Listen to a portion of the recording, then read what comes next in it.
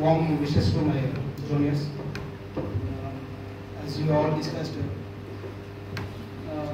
kill cancer.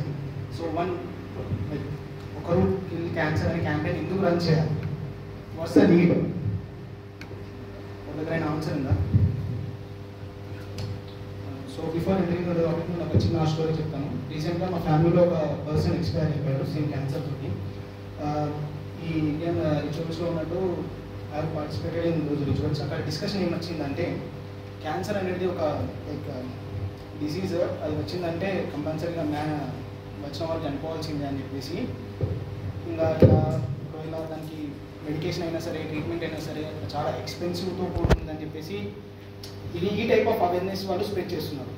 So as a educated persons మనకు ఒక cancer మీద అవగాహన ఉన్న వాళ్ళ మనం ఏం చేయాలంటే ఒక this a mild gap between instigation and education.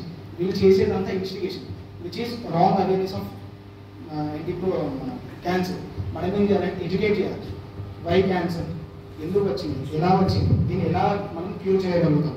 ఎందుకంటే లాస్ట్ డికేడ్ చూసుకున్నట్టయితే 2012 నుండి 2022 వరకు 36% ఇంక్రీజ్ గ్రోత్ ఉంది క్యాన్సర్ ఇండియన్స్లో. వై?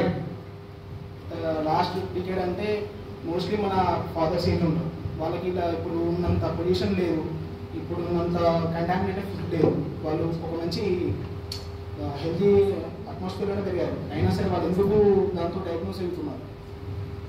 ఒక దగ్గర ఆన్సర్ ఉందా? Lack of awareness, lack of hygiene. So మనం ఇప్పుడు ఏం చేయాలంటే మనం అవేర్నెస్ క్రియేట్ చేయాలి టు కిల్ క్యాన్సర్. ఇక్కడ క్యాన్సర్ నుండి మనం ఒక క్లాస్ రూమ్లో డిస్కస్ చేసి ఆర్ఎల్స్ ఒక హాల్లో డిస్కస్ చేసుకున్నంత మాత్రాన క్యాన్సర్ అనేది ఎరాడికేట్ అవ్వదు సొసైటీ నుండి. One should go in to the society, one should go in to the family, one should go in to the hospital. మనం చెప్పాలి what is cancer, how is cancer, how does it works అని చెప్పేసి. So